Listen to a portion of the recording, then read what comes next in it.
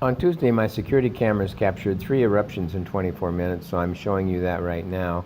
I was not around to see it, but these are minor eruptions, but you never know what it's going to lead to. What's really interesting is one of my friends, Chris, here, as you can see in his little car there, missed the eruptions even though he was driving right towards the volcano at the time of the eruptions. So good for him, he was watching the road instead of the volcano.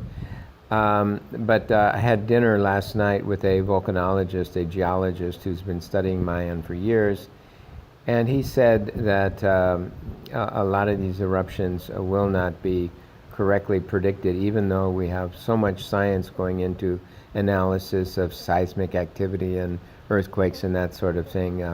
In the past 40 years, there's been 2 major eruptions that were not correctly forecast.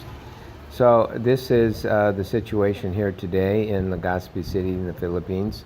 We have a population of about 200,000 people here, but there's also several other cities around this volcano with also large populations. And so the question is, what happens if we have a Mount St. Helens type of eruption?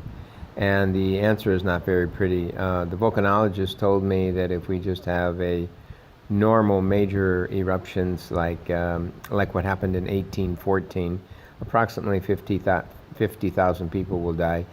Here you can see the 6-kilometer range of basically where no one is allowed to live, and I'm about twice that distance away from the summit of Mount Mayon.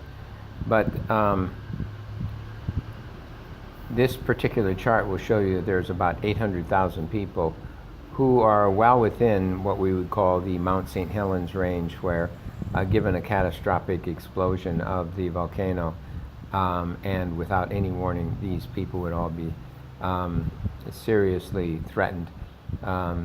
Here is actually Mount St. Helens itself, and you can see that I overlaid a mileage chart of 10 miles. Since I'm about 9.5 miles away from the summit of Mount Mayon, and you can see that I would be suffering degrees from 300 degrees to 600 degrees Fahrenheit, given that the same type of catastrophe occurs. So there's really not much to worry about. These are events that happen extremely rarely, but it's still quite interesting to live here and to be photographing, observing, and questioning what's going on with the volcano.